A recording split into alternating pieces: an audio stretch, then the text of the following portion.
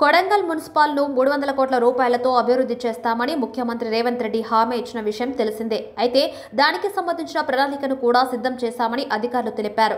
ఇక ఈ అభివృద్ధికి సంబంధించిన పనులను అమలు చేసేందుకు సర్వం సిద్ధమవుతున్న క్రమంలో ప్రభుత్వానికి షాక్ తగిలింది. కొడంగల్ నియోజకవర్గం దుద్యాల మండలం పోలేపల్లి గ్రామంలో నాసిరకమైన ఇసుక వాడుతూ సీసీ రోడ్డు వేస్తున్నారంటూ అధికారులపై గ్రామస్తులు మండిపడ్డారు.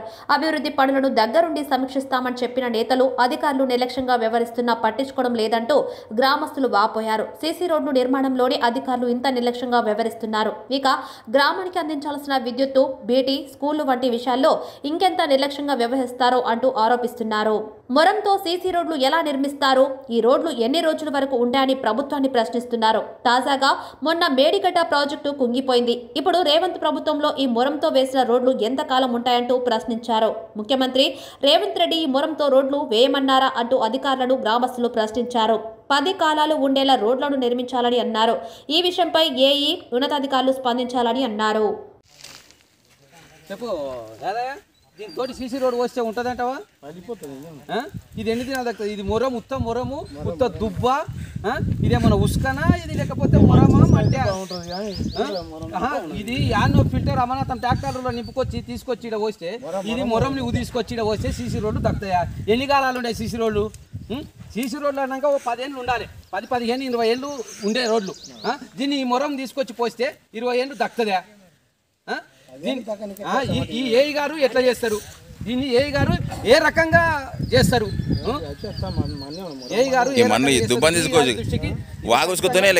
వాగుసుకుతోనే మనము సీసీ రోడ్లు వేయాలి కావాలి. ఈ ఫిల్టర్ ఇసుకతోటి వేయాలనా లేకపోతే వాగుసుకతోటి వేయాలనా? ఇది మొత్తం మురము. ఇగో ఇదంతా మురం గడ్డలు. ఇక ఇది మొత్తం మురంగడ్డలే. ఈ మురంగడ్డలు తీసుకొచ్చి పోసినంత పోస్తే ఉసుక అవుతుందా? ఇది వాగులకి వెళ్ళి ఏమన్నా వచ్చిందా చెప్పు? మొత్తం మురం. ఈ మురాన్ని తీసుకొచ్చి పోస్తే ఈ మురంతో అవుతుందా? సీసీ రోడ్లు అయ్యేటివా? ఎట్లా? ఎవరు అడిగేటోళ్ళు లేరా? మేడిగడ్డ బ్యారేజ్ పింగిపాయ అని ఇప్పుడు ఇదే రేవంత్ రెడ్డి కాన్స్టిట్యున్సీలో ఇది పుంగిపోదా?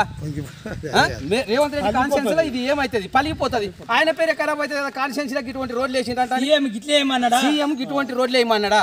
మన్ను ఉసుక తెచ్చే బదులు మన్ను వేయమన్నాడా? మంచిది వేయమన్నాడంటవా? మరి వీళ్ళు అంటే ఈ నాయకులు మంచిగా కావాలంటే ఇట్లా చేస్తున్నారా? నాయకులు రూపాయలు తినుండి అంటే చెప్పిండా? అది ఇది ఖచ్చితంగా ఇది రేవంత్ రెడ్డి కాన్స్టిట్యున్సీ. దాంట్లో ముఖ్యమంత్రి కాన్స్టిట్యున్సీ. ఏదున్నా క్లారిటీగా ఉండాలి, మంచి పనులు చేయాలి. చేసేటోళ్ళు ఎవరో కాంట్రాక్టర్లు కానీ ఎవరున్నారో దాన్ని ఖచ్చితంగా ఏఈ గారికి పుణ్యం వస్తుంది. అయ్యా మీకు నమస్కారం చేస్తారు ఏఈ గారు,